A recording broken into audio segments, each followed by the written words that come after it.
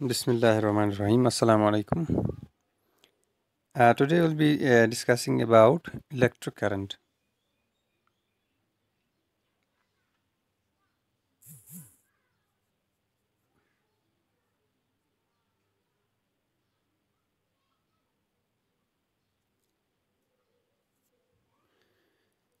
हमने electric potential के बारे में पढ़ा एंड इलेक्ट्रिक पोटेंशियल डिफरेंस के बारे में पढ़ा जो जिसकी वजह से यानी which is the cause for electric current.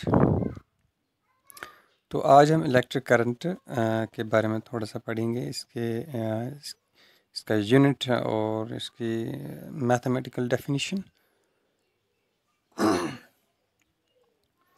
तो जब भी दो बॉडीज़ होती है which are at the different potential, जो डिफरेंट इलेक्ट्रिक पोटेंशियल जिनकी डिफरेंट इलेक्ट्रिक पोटेंशियल है। फॉर एग्जांपल यहाँ पे एक बॉडी, ये दूसरी बॉडी है, इनकी डिफरेंट इलेक्ट्रिक पोटेंशियल है। इसमें नेगेटिव चार्ज है और इसमें पॉजिटिव चार्ज है।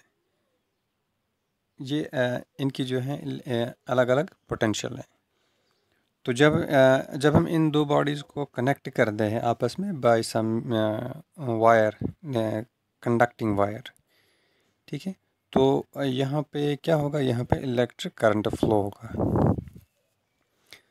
तो जब भी दो बॉडीज़ होंगी which are at different potential, which are at different electric potential, तो जब भी हम इलेक्ट्रिक कंडक्टिंग वायर कनेक्ट करेंगे तो वहाँ से चार्जेस फ्लो होंगे, ठीक है, वहाँ से चार्जेस फ्लो होंगे। जैसे यहाँ पे, तो यहाँ से जो है चार्जेस फ्लो होंगे। तो जब चार्जेस फ्लो होंगे उसी चीज़ को हम इलेक्ट्रिक करंट कहते हैं।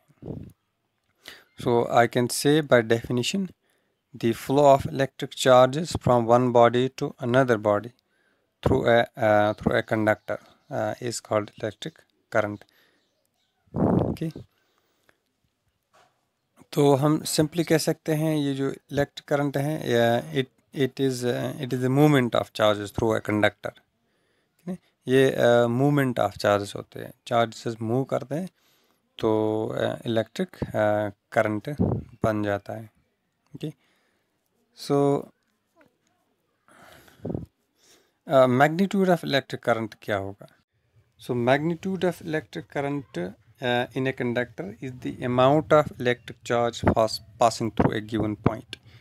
एक गिवन पॉइंट में से कितना अमाउंट ऑफ इलेक्ट्रिक चार्ज पास होता है, that's called magnitude of electric current.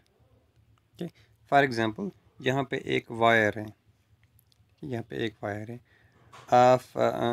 आप इसका एक जो है एक 1 सेंटीमीटर स्क्वायर एक इसका क्रॉस सेक्शन ले लीजिए 1 सेंटीमीटर स्क्वायर। फॉर एग्जांपल अगर ये वायर है, ये पूरी की पूरी वायर है, ये वाली सिलेंड्रिकल शेप, तो इसका अगर हम 1 सेंटीमीटर स्क्वायर इसका अगर हम क्रॉस सेक्शन ले लें तो उस क्रॉस सेक्शन में एक सेकंड में कितने चार्जेस फ्लो होंगे, या एक सेकंड में कितने चार्जेस पास होंगे उस क्रॉस सेक्शन में, that will be called magnitude of electric current. यहाँ पे ऑब्वियस सी बात है कि अगर उस क्रॉस सेक्शन में क्रॉस सेक्शन से 1 सेंटीमीटर स्क्वायर से कम चार्जेस पास होंगे एक सेकंड में, तो वहाँ पे मैग्नीट्यूड करंट का कम होगा, है ना, यानी कि करंट वहाँ पे कम होगा। अगर एक सेकंड में ज़्यादा चार्जेस पास हो रहे हैं उस क्रॉस सेक्शन से, तो वहाँ पे करंट उस वक्त ज़्यादा होगा, current will be greater. So the magnitude of electric current is represented by I. हम उसको आई से रिप्रेजेंट करते हैं मैग्नीट्यूड ऑफ इलेक्ट्रिक करंट, यानी कि इलेक्ट्रिक करंट कितना है हम उसको आई से रिप्रेजेंट करते हैं। Okay, I represent the electric current, तो आई इलेक्ट्रिक करंट रिप्रेजेंट करता है। तो मान लो अगर एक कंडक्टर में क्यू चार्जेस फ्लो होते हैं, ठीक है, एक सेकंड में, मान लो क्यू चार्जेस यहाँ पे फ्लो हो रहे हैं 1 सेकंड में या टी सेकंड में। ओके, टाइम टी है, तो टाइम टी में क्यू चार्जेस फ्लो हो रहे हैं।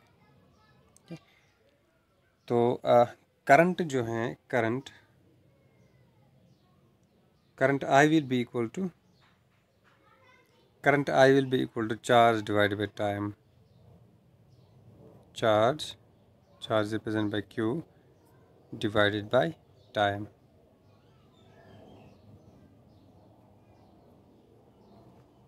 ओके, तो करंट किसके बराबर होता है? चार्ज पर यूनिट टाइम, ठीक है, क्यू बाई टी। तो फॉर एग्ज़ाम्पल मान लो यहाँ पे चार्ज बहुत ज़रा क्रॉस हो रहे हैं, या चार्ज बहुत फ्लो हो रहे हैं 1 सेकंड में। मान लो 1 सेकंड में टी, यहाँ पे अगर हम 1 सेकंड लेते हैं तो करंट यहाँ पे ऑब्वियसली ज़्यादा होगा।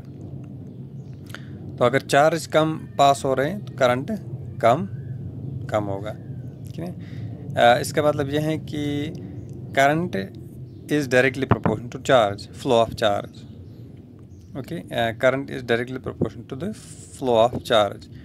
जितना फ्लो ऑफ चार्ज होगा उतना करंट ज़्यादा होगा।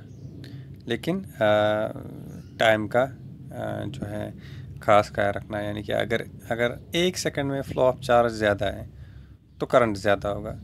फॉर एग्ज़ाम्पल अगर 1 सेकंड में 1 मिलियन चार्जेस फ्लो हो रहे हैं तो करंट ज़्यादा होगा।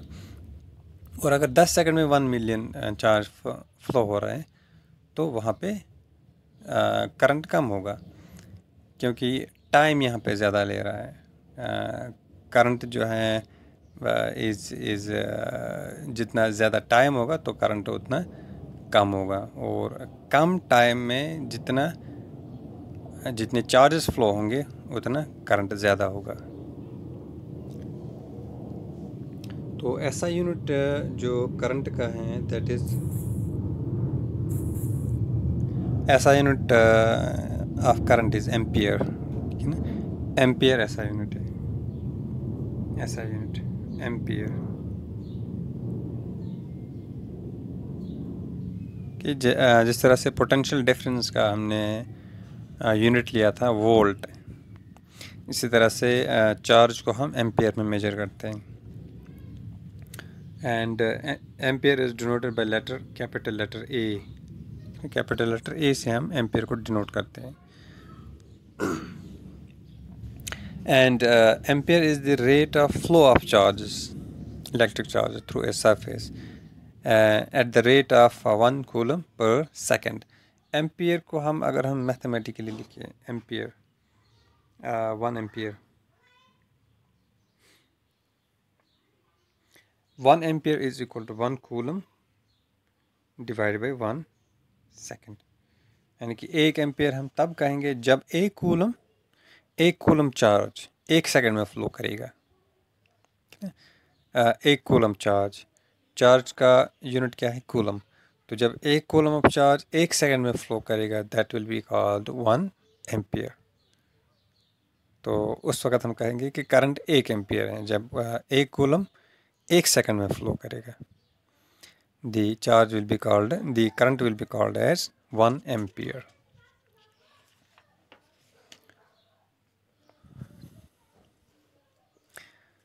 तो यहाँ पे हम कुछ छोटे छोटे यूनिट्स भी इस्तेमाल कर सकते हैं करंट को मेजर करने के लिए, जैसे मिली एम्पियर होता है एंड माइक्रो एम्पियर होता है। ओके, मिली एम्पियर और माइक्रो एम्पियर। यहाँ पे हम अगर करंट कम फ्लो हो रहा है तो हम जो है स्मॉलर यूनिट्स इस्तेमाल करते हैं। तो 1 मिली एम्पियर जो है 1 मिली एम्पियर 1 मिली एम्पियर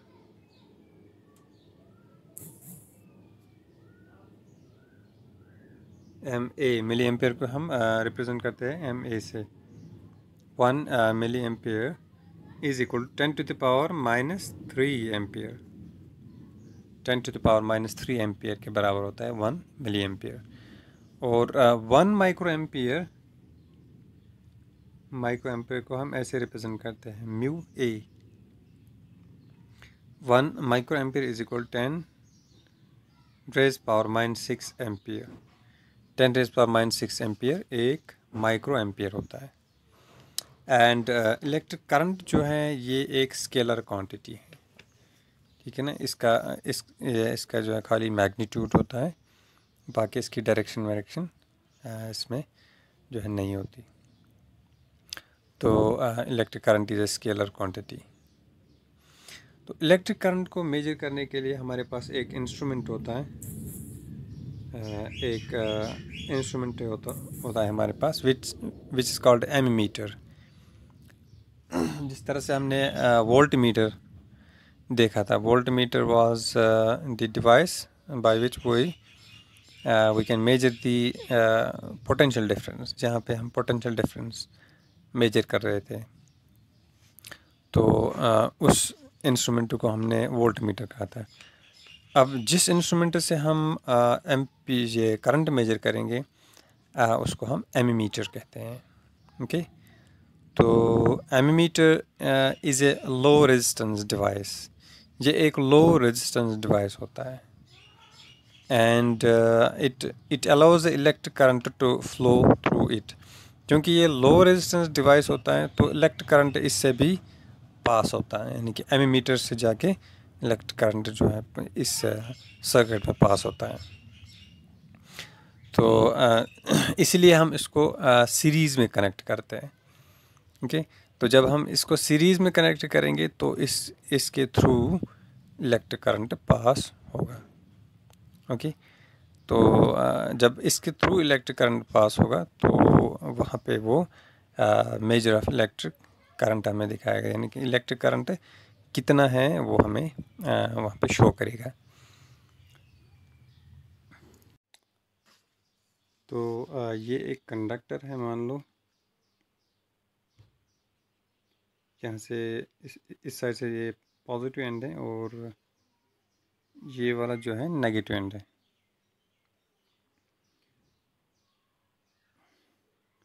यहाँ पे एक कंडक्टर लगा हुआ है and this is एमीमीटर।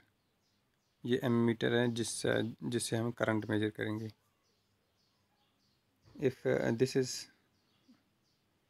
one end A, this is another end B, this is a conductor here.